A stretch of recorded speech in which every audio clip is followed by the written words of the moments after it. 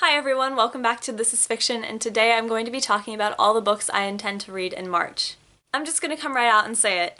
I have been in a massive reading slump these past few months. Starting in January, all the way through to maybe mid-February, I've been in a complete, total reading slump, and I've read a grand total of 3 books this year. I'll go on Instagram and see people saying that they've read 30 books this year, or 15, or more realistically 10, and it just leaves me wondering, how do you do it? I think the main part of the problem is the amount of time I have in my extracurricular life. For anyone also still in school, you probably know that there's not a whole lot of time to just sit down and do things that you enjoy. Which is why the books in this March TBR are probably not all going to be read by the end of the month, and that's also why most of the books in my January TBR were not read by the end of the month. Nevertheless, no matter how many books I read in a month, I don't possess the level of self-control it takes to walk into a bookstore and not come out with 5 or 6 more books. So my TBR pile just keeps growing. This jar, which I showed at the beginning of the video, actually is a project that I found on Instagram last year and I didn't get to do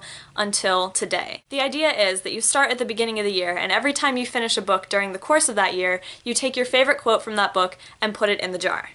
And at the end of the year, you go through the jar and you see all the incredible books that you read and all the fun you had reading that year, or all the terrible books that you read and all the fun you had hating them.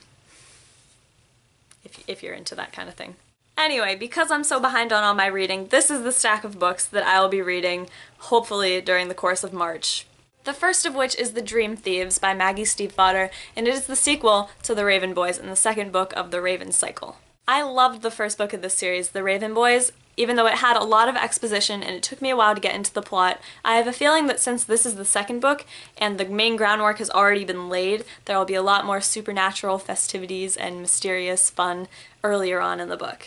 The next book is The Duff by Cody Keplinger, and you've probably heard of this book in one way or another. It was published in 2010, and it's just now becoming a movie in 2015. At first, this book kind of just seemed like a coming-of-age, high school angst type book that I don't really typically enjoy, but I figured there's so much hype surrounding it that I might be surprised. I've talked about All the Right Places by Jennifer Niven in my last TBR video, which was for January, but I never actually got around to reading it, which I feel really, really bad about. Aside from all the amazing reviews I've been hearing about this, it just looks like a really, really cute contemporary read. Because I just finished I'll Give You the Sun by Jan D. Nelson, which was such an incredible book, I'm going to need a really good follow-up for that, and I'm thinking that All the Bright Places can pull it off really well because I've heard so many incredible things about it. Next is what I believe to be another contemporary novel, Love Letters to the Dead by Ava DeLera.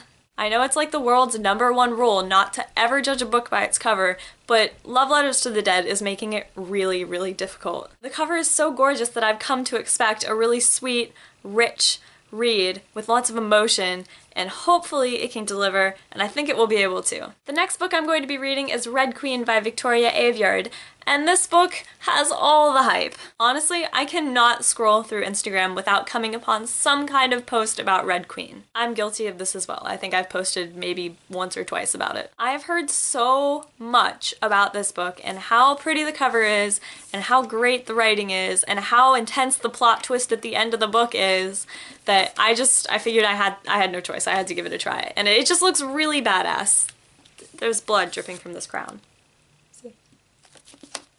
Really badass. From what I understand, the premise of this book is that there is a dystopian world divided by a kind of blood racism. And this racism involves people who bleed red, like most of us, and elites who bleed silver and also have X-Men-like powers. I think regardless of whether or not this book meets my expectations and all the hype surrounding it, it's still going to be a really entertaining read. And I say this because I'm really into all that X-Men, different powers stuff. Don't lie to yourself. You know it's fun. That X-Men stuff is really fun, no matter how many times authors use that plot. Anyway, that is all I have for today. Hopefully I'll be able to read all these books by the end of March. I don't want to make any promises, but I will be getting an A+ for effort one way or the other. If you've read any of these books, please tell me what you thought down in the comments, regardless of whether you liked or hated them. Thanks for watching, and subscribe for more. See you later!